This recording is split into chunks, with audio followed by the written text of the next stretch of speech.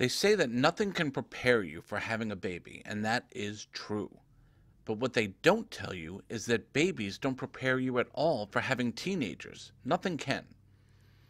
I'm a simple man, and my life just got very complicated. You see, with babies, you've got 9 months to wait. You paint the room, you make the crib, you excitedly prepare and read books about how to get your child enrolled in a quality pre-K and give birth, in that order of importance. But teenagers just surprise you one day by showing up, unannounced. It's like a sneak attack.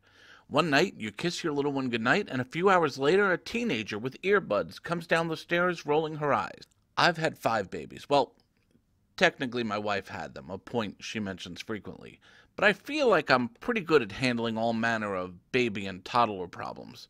With children, there's very few things that can't be fixed with Band-Aids, hugs, and ice cream, not necessarily in that order. Simple, right? But this teenager thing?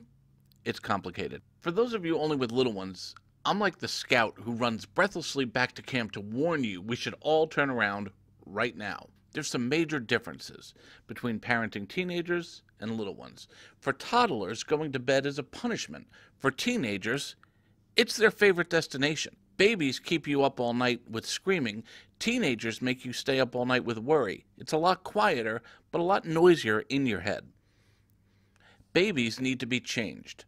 Teenagers change everything about themselves all the time. You worry about how little ones will react when you try to leave home. You worry about how teenagers will react when you arrive home. Little ones want their parents even when they don't need them. Teenagers need their parents even when they don't want them. Little ones are always begging to be taken outside, while teenagers want to go out. It's a big difference. Toddlers don't listen to you.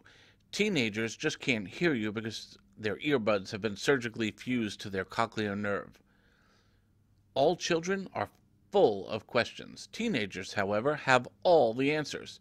And one big change I've noticed is that when my daughters were little, they thought boys were icky. Now that they're teenagers, I completely agree.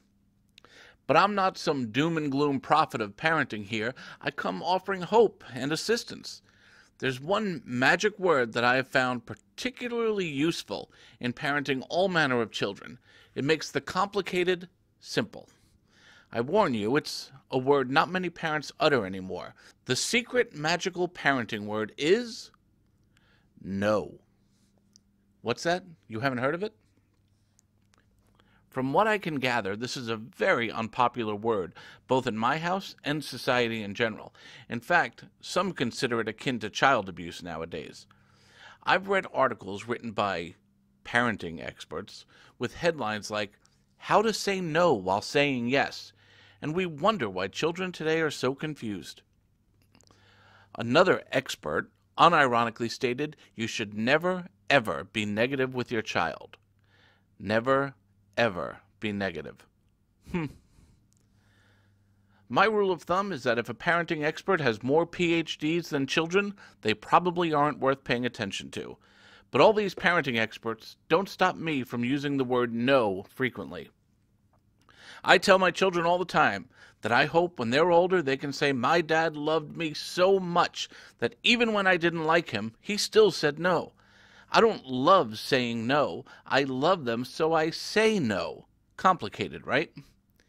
Here's the thing. Your child isn't supposed to always think you're cool or great. You can't try to be the cool dad. I don't know where that started, but let's end it here. There's nothing in all of existence quite as uncool as the cool dad. Recently, a dad said to me he thought that it was harder to be a dad nowadays because we're expected to be all things. We're expected to be our child's playmate, mother, father, friend, coach, and cheerleader. When I was a kid, my dad came home from work and sat on the couch. Mom was the school principal, she was the teacher, she was the lunch lady, but Dad, he was the dean of discipline. He didn't get involved until things went wrong, and then things got right in a hurry. My dad wasn't my playmate. He was the referee. And you know what referees do? They say something is right and something is wrong. That's why they wear black and white, no gray. We don't want referees who will wax on and on about what out of bounds actually means. No, they make the call, they move on, no video replay. In fact, if you ask me, being the ref is harder than playing. That's why you play the game while the ref works the game. When you take your kid to a sport, the stands are full of family and friends and the benches are full of coaches and assistant coaches.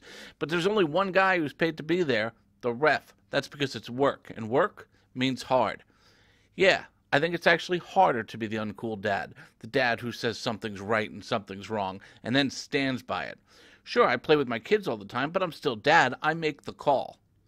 It used to be as easy as, hey, don't put that in your mouth. And now it's, you're not going over that friend's house ever. Things get more complicated. But I've found that I become less complicated the more complicated life becomes.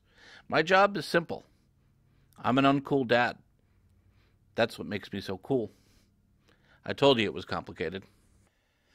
Hi, thanks for watching the video. My name is Matt Archbold, and I am the Uncool Dad. My kids drew all the pictures. If you enjoyed the video and are interested in having me speak at your event, please check out my profile at catholicspeakers.com. Thanks.